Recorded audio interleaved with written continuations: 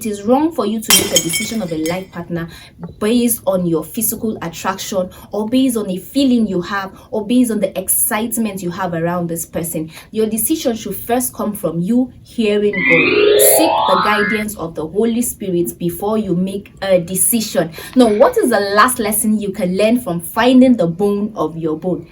Let's go. Hello, book lover. Welcome to another exciting episode of Book Review with Shalom, where we look into the world of books, thoughts, and ideas. So we have been looking at the subjects of love and marriage, and we have reviewed exciting books on this topic. But in this episode, we'll be looking at a book that helps you to understand or help you to identify the person. There are a lot of people out there that you would be attracted to, but how do you know that this person is the right person for you? The author of this book is Brother Gbile Akanni. He is the author of Finding the Bones of Your Bone. Yes, everyone out there has a bone that is missing, and you really need to know how to go about finding that bone. So if you're yet to find the bone of your bone, or you're with a bone and you're not sure if that bone is really your bone, then I would advise you watch this video so that you'll be able to find the bone of your bone. So let's dive quickly into this book and look at exciting things that have been written by Brother Gbile Akanni on how to find the bone of your bone. Before I tell you ways to find the bones of your bone, this book talks about the subject of marriage entirely.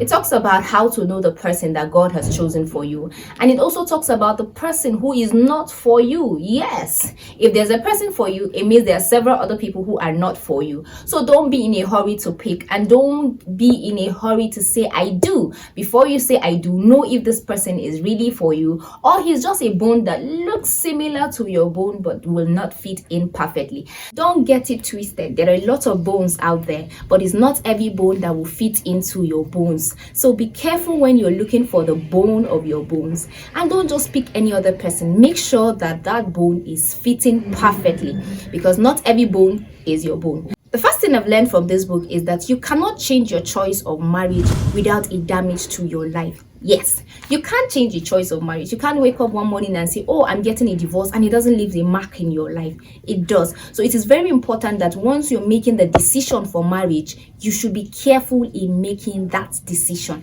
Be careful in making the decision for marriage, because any wrong choice in marriage would cause a damage to your life. And I'm sure you do not want your life to be damaged, Abby. Yes, so if you don't want your life to be damaged, be careful in making the choice of a life partner. Another thing I learned is that we should do away with idols when we are thinking of getting into marriage. Idols are those standards that you have set for yourself, that when you see the person, you want the person to be tall, slim, fair. You just have a standard in your mind that this person should look like this, or the person I am getting married to should look like this. So whenever God is bringing somebody into your life, you tend to use the standard to judge the person. So when you finally meet a short person, you feel like, oh no, this is not God's will for my life. But hey, that short guy might just be the right choice for you. So be careful in doing away with idols when you want to make a lifetime commitment.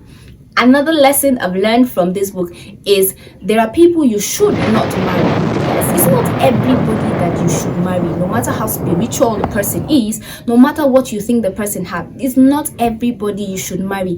When you read this book, you'll find out people who you should not marry. Another lesson I've learned from this book is marriage is for tomorrow.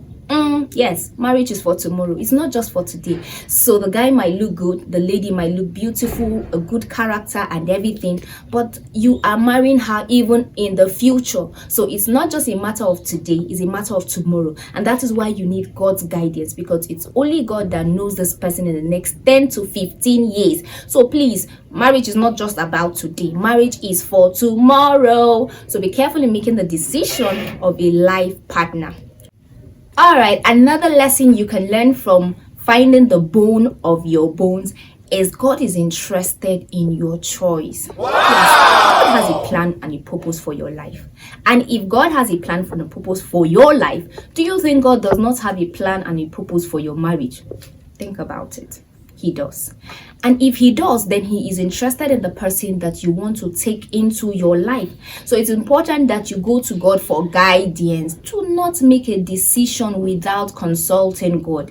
It is wrong for you to make a decision of a life partner based on your physical attraction, or based on a feeling you have, or based on the excitement you have around this person. Your decision should first come from you hearing God. Seek the guidance of the Holy Spirit before you make a decision. Now, what is the last lesson you can learn from finding the bone of your bone?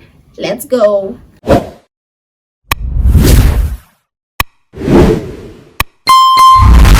Welcome back. The last lesson you can learn from finding the bone of your bone is God needs to work on you first. Yes, you watching this video. I mean you. Yes, you.